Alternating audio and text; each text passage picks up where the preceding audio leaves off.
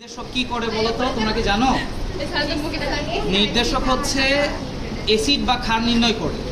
নির্দেশকের কাজ হচ্ছে অ্যাসিড বা ক্ষার নির্ণয় করা। যেমন আমার হাতে একটি লাল এবং একটি কি নীল লিটমাস পেপার দেখা যাচ্ছে, তাই না?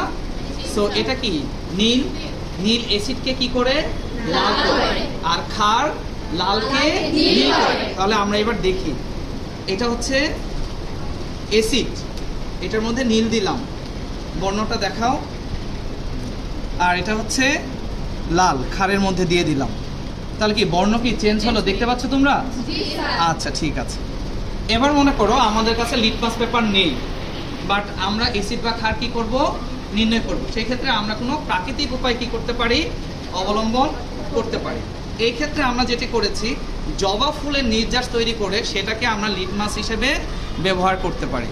যেমন গরম পানিতে জবা ফুলের 4 বা 5টি পাপড়ি দেয়া হলে এখানে একটি কি তৈরি হয়ে যাচ্ছে, নির্যাস তৈরি হয়ে যাচ্ছে, যেটাকে আমরা নির্দেশক হিসেবে ব্যবহার করতে পারি।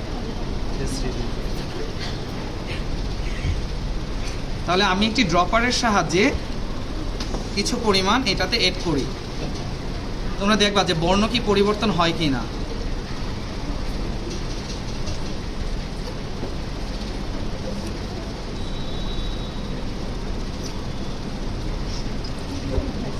দেখো বর্ণ কি চেঞ্জ আসছে,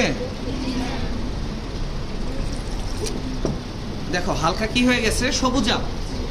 সো এটা কি ছিল, আমার ক্ষার। এবার আমরা দেখব যে অ্যাসিডের মধ্যে বর্ণটা কিভাবে পরিবর্তিত হয়।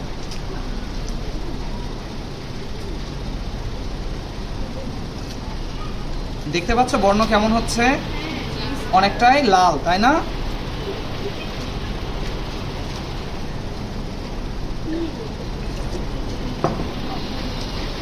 সো দুইটার বর্ণ কি একরকম এসেছে, ভিন্ন, তাই না? তার মানে এইভাবে বর্ণ পরিবর্তনের মাধ্যমে আমি বুঝতে পারবো কোনটি অ্যাসিড আর কোনটি ক্ষার।